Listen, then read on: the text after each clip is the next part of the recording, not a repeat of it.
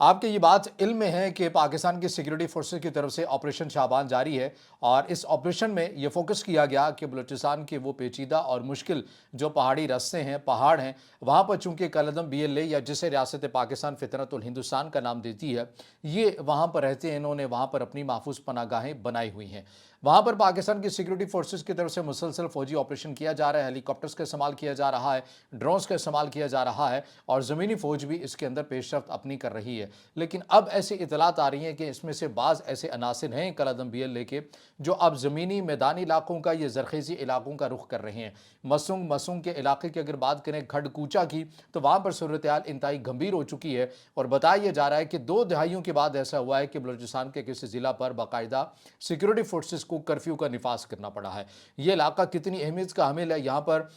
گزشتہ 24 گھنٹوں کے دوران کیا کچھ ہوا ہے، کن کن لوگوں کو نشانہ بنایا گیا، اس کے اوپر ہم نے آج کے اس ولاگ پر بات کرنی ہے۔ تو آغاز کرتے ہیں۔ السلام علیکم، آج تاریخ ہے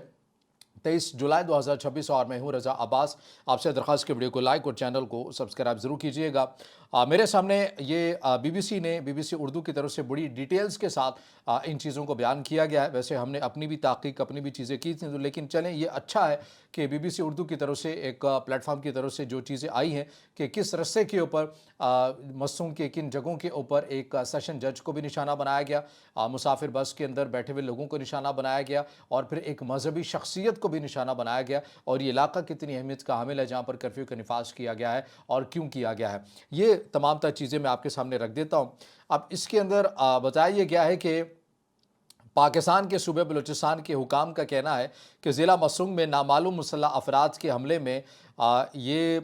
جج ہیں، سیشن جج ہیں عبدالحکیم کاکڑ اور ان کے گن مین کو نشانہ بنایا گیا ہے، اور وزیر اعلیٰ بلوچستان سرفراز بگٹی نے ایک بیان میں کہا کہ سیشن جج عبدالحکیم کاکڑ پر حملہ ریاست پاکستان پر حملہ ہے، دہشت گردوں کو ہر قیمت پر انجام تک پہنچائیں گے، قانون کے محافظوں کا خون رائے گا نہیں جائے گا۔ اچھا، ایک سینئر سرکاری اہلکار نے یہ بتایا کہ یہ حملہ جمعرات کو کوئٹہ سے مسنگ جاتے ہوئے نامعلوم مسلح افراد کی جانب سے گھات لگا کر کیا گیا، اگرچہ تاحال کسی گروہ نے اس حملے کی ذمہ داری کو قبول نہیں کیا ہے۔ مسنگ میں امن و امان کی خراب صورتحال کی وجہ سے اس کی سب تحصیل کھڈ کوچا میں گزشتہ شب کرفیو بھی نافذ کر دیا گیا ہے۔ اس واقعے کے خلاف وکلاء نے کوئٹہ اور بلوچستان کے دیگر علاقوں میں عدالتی کارروائیوں کا بائیکاٹ بھی کر دیا ہے، اور اب یہ سیشن جج اور ایڈیشنل سیشن جج پر حملہ کہاں ہوا ہے ایگزیکٹلی، اب اس میں بتایا جا رہا ہے BBC اردو کے مطابق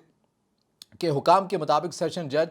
مسنگ عبدالحکیم کاکڑ اور ایڈیشنل سیشن جج طارق لاشاری کوئٹہ سے مسنگ کی جانب جا رہے تھے، اور کوئٹہ میں ایک سینئر سرکاری اہلکار نے بتایا کہ جب ان کی گاڑی ولی خان تھانے کی حدود میں ریلوے پھاٹک کے قریب پہنچی تو وہاں موجود نامعلوم مسلح افراد نے ان پر گھات لگا کر حملہ کیا۔ اہلکار نے بتایا کہ حملے میں سیشن جج مسنگ عبدالحکیم کاکڑ اور ان کے گن مین محمد زمان زندگی کی بازی ہار گئے، جبکہ ایڈیشنل سیشن جج طارق لاشاری زخمی ہوئے ہیں۔ اہلکار کا کہنا تھا کہ واقعے کے فوری بعد پولیس اور سیکورٹی فورسز کے اہلکار جائے وقوع پر پہنچے اور انہیں زخمیوں کو ایڈیشنل سیشن جج کو علاج کے لیے ہاسپٹل منتقل کیا گیا۔ اب وزیر اعلیٰ بلوچستان میر سرفراز بھٹی نے اس واقعے کی مذمت بھی کی ہے۔ بہرحال یہ تفصیل آپ کو بتانے کا مقصد یہ ہے کہ آگے چل کر میں آپ کو علاقے کی اہمیت اور حساسیت سے متعلق آپ کو آگاہ کریں۔ اچھا، اس کے علاوہ جو چیز ایک اہم آ رہی ہے وہ یہ ہے کہ بلوچستان کے وزیر داخلہ میر ضیاء لانگو نے اس حملے پر IG پولیس اور کمشنر سے رپورٹ بھی طلب کر لی ہے۔ ایک بیان میں ان کا کہنا ہے کہ واقعہ انتہائی افسوسناک اور قابل مذمت ہے، ذمہ داروں کو کیفر کردار تک پہنچایا جائے گا، اور اس کے علاوہ جو مین چیز میں آپ کے سامنے رکھنا چاہ رہا ہوں وہ یہ ہے۔